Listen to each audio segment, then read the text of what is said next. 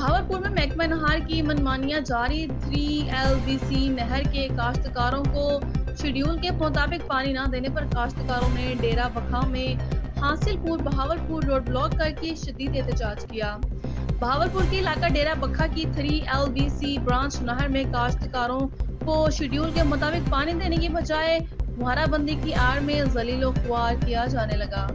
काश्तकारों का कहना था कि 8 दिन में सिर्फ एक दिन नहर चलाई जाती है। पानी वक्त पर ना मिलने की वजह से हमें परेशानी का सामना करना पड़ रहा है। हमारी कपास की फसल और दीगर फसलात पानी की कमी की वजह से बर्बाद हो रही हैं।